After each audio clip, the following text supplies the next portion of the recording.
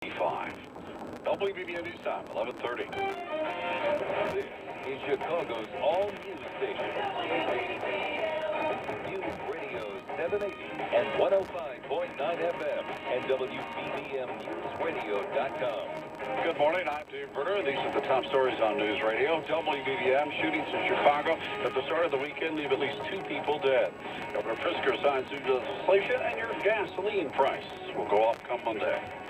This is Nancy Hardy at Hubbard and Orleans in River North, where People's Gas removed a main that survived the Chicago fire. And in sports, this is Rick Gregg. Cubs awaiting word on Cole Hamels' injury as they prepare for the Reds today with Jose Quintana starting. White Sox will throw Ivan Nova against the Twins. Quite a stretch of days here for summertime, just like it should be, really. Temperatures in the high 80s, maybe above 90 degrees on Monday, and a chance for a thunderstorm tomorrow. Today should be in the 80s all day long. It's 84 now at O'Hare at 11:31.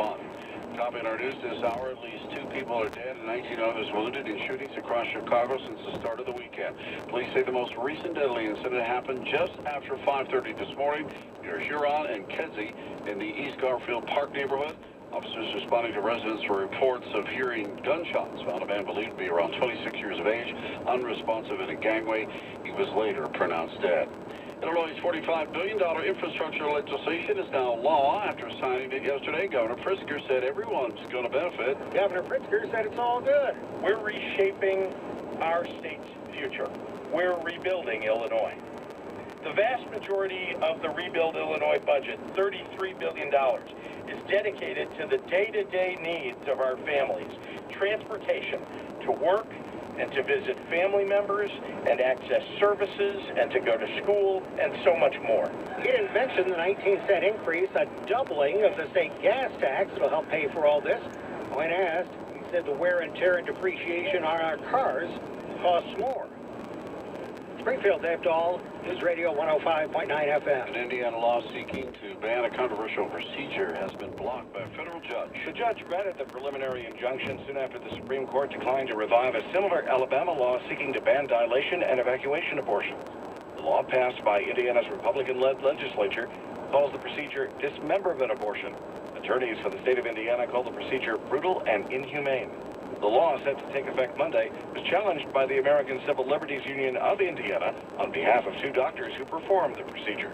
Jim Gudis, News Radio 105.9 FM. An old gas main that dates back before the Civil War was pulled out of the ground in Chicago's River North neighborhood. People's Gas removed the 160-year-old pipe at Hubbard and Orleans as part of its massive modernization project. In service until last week, Vice President for Construction Andy Hasselbeck says the 17-foot section of cast iron is the oldest pipe in the city. We don't always pull the pipe out, so this piece is just kind of a unique piece, and we're going to go back. We also train on it because we need people.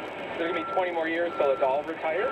City historian Tim Samuelson says back in 1859, the pipe would serve what was an industrial neighborhood. To light the streets and also the factories, and also for the houses, where the people could afford to have them piped. A portion of the pipe is going to be put on display at the Chicago History Museum.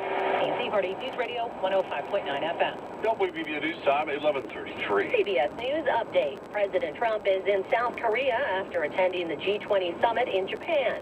CBS's Stephen Portnoy is following along. Before he left Japan, Mr. Trump held forth at a news conference for more than an hour, weighing in on his prospective Democratic opponents, the legacy of former President Jimmy Carter, and the prospects for a peace deal between Israelis and Palestinians. He said he's agreed not to impose new tariffs on Chinese imports while trade talks continue, and he laid out his plans to meet briefly with Kim Jong-un at the DMZ. That meeting is still not confirmed. North Korea has only expressed interest. President Trump says there has been progress with North Korea, even though the last summit in Vietnam abruptly ended. There's been no nuclear tests. There's been no long-range ballistic tests. Gave us back our hostages, which was great, and a lot of good things are happening over there. So I let them know we'll be there, and we'll see. CBS News update on Wednesday, July. WBBM News Time, 11:34. Thanks to the King County Sheriff's Office Drug addicts are being offered another way to get help in kicking their habit. Kane County Sheriff Ron Haynes says people with drug issues who want treatment have another way to get it, by calling, texting, or showing up in person to ask for help. The program is called A Way Out. This was birthed in Dixon, Illinois, by the Dixon Police Department, and the concept was to provide non-punitive support to mostly the opioid-addicted population. Addicts who ask for help will be taken by a sheriff's deputy to a treatment center that has an open bed. Sheriff Haynes says a similar program in Lake County sees about 2 drug addicts a month seeking to break away from their habit. Bernie Tafoya, News Radio, 105.9 FM. The only place to stream WBBM is on the radio.com app. Download it now. Listen wherever you go. Gasoline prices next. WBBM News Time, 11:35. The following is sponsored by Spiral Tech Dental Implants. People in the dental world are buzzing about the most anticipated global symposium in years. It's happening right here in Chicago. Knowledge shared by the most respected doctors in the world. Dr. Gordon Christensen, Dr. Michael Picos, Dr. Joe Massad, Dr. Gans, and more. 3 days, 14 speakers, 24 credits, Thursday through Friday, September 19th through 20th. Kicks off this year.